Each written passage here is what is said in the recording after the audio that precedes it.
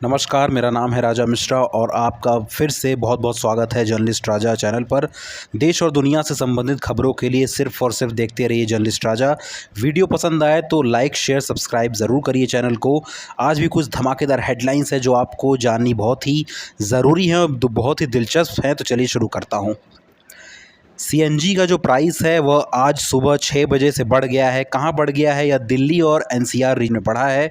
आज से दिल्ली, एनसीआर और पश्चिम यूपी के कुछ शहरों में सीएनजी 1 रुपये महंगी हुई है। अब नई प्राइस मैं बताऊं तो पहले 74 रुपये किलो था दिल्ली में, अब 75 हो गए हैं।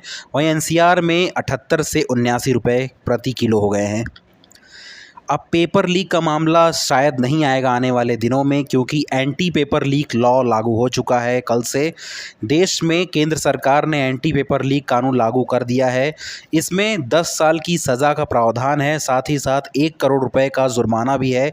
यह जो लॉ है यह एसएससी, रेलवे सहित बैंक सहित कई एग्ज़ाम में लागू होगा। उत्तर प्रदेश की बात करूं तो उत्तर प्रदेश के साथ अब हरियाणा और महाराष्ट्र के चुनाव में भी साथ दिखने वाले हैं सपा और कांग्रेस। राहुल गांधी और मल्लिकार्जुन खड़गे से ही बात करने वाले हैं अखिलेश कि आने वाले दिनों में जो विधानसभा चुनाव होंगे हरियाणा और महाराष्ट्र में, उसमें भी हमारा पीडीए वाला कार्यक्रम चलेगा। और एक बात मैं आपको बता दूं कि अखिलेश यादव जी ने जो पीडीए वाला फॉर्मूला उत्तर प्रदेश में किया था लोकसभा चुनाव में भी, तो इससे क्या है कि कांग्रेस को और इंडिया गठबंधन को बहुत ज़्यादा फ़ायदा हुआ था, क्योंकि पीडीए फार्मूला से बहुत ज़्यादा सीटें मिली थी सपा को। और यही फार्मूला आने वाले विधानसभा चुनाव जो कि हरियाणा और महाराष्ट्र में होने वाला है, उसमें भी अखिलेश यादव और राहुल गांधी मिलकर चलने वाले हैं। तो बहुत मज़ा आने वाला है इन दोनों का जोड़ी। उत्तर प्रदेश के बाद दूसरे राज्यों में भी देखने में मज़ा आएगा। वहीं वाराणसी की बात करूं तो एक बहुत बड़ी सौगात मिलने वाली है काशी वासियों को। वाराणसी के राजघाट पर बनने वाला है सिग्नेचर ब्रिज। जी हां, दिल्ली के बाद बनारस में सिग्नेचर ब्रिज आने वाले दिनों में देखने को मिलेगा।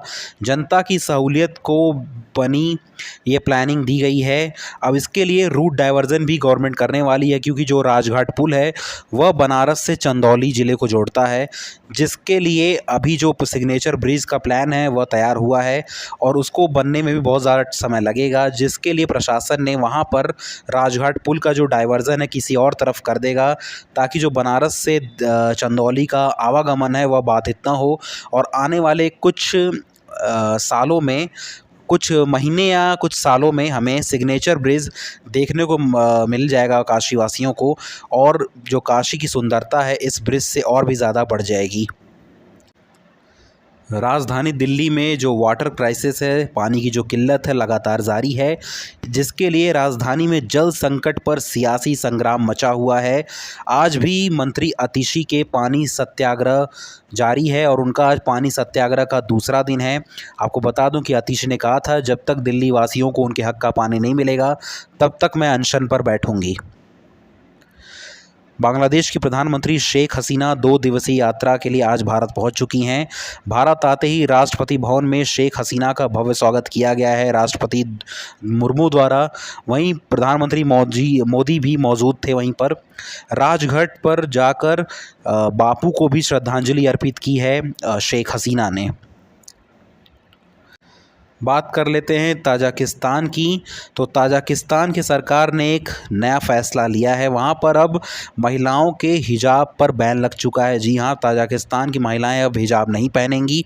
अगर पहनी तो उनके ऊपर 62,000 रुपये का जुर्माना लगाया गया है। साथ ही जो वहाँ पर ईदी जो होता है ना, मुस्लिमों में ईदी मिलती है ईद वाले दिन, तो ईदी पे भी बैन लगाया गया है और हिजाब पर भी बैन लगाया गया है। हिंदुजा फैमिली का नाम तो आप सभी जानते होंगे। उन्हीं के ऊपर एक नया केस आया है। हिंदुजा फैमिली के ऊपर नौकरों के साथ शोषण का मामला आया है सामने। उसके लिए दोषी करार किए गए हैं हिंदुजा फैमिली के 4 सदस्य और अब पतियों को 4 साल की सज़ा दी गई है कोर्ट की तरफ से। उनके स्टाफ ने आरोप लगाया है कि हमसे ज़्यादा वो अपने कुत्तों पर खर्चा करते हैं। हमें 2.5 लाख रुपए सालाना, तो कुत्तों के ऊपर 8 लाख तक सालाना खर्चा करते हैं और हमसे 18-18 घंटे काम भी करवाते हैं।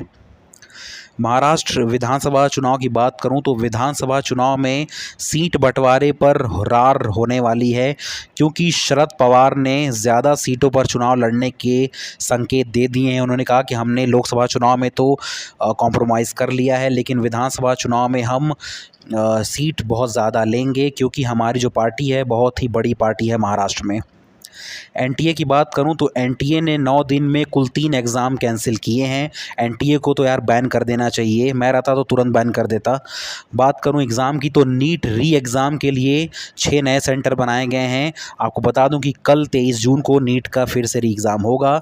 एनटीए शिक्षा मंत्रालय के कुछ अधिकारी भी साथ में वहां पर मौजूद रहेंगे, ताकि कोई धांधली फिर से देखने को ना मिले हमें।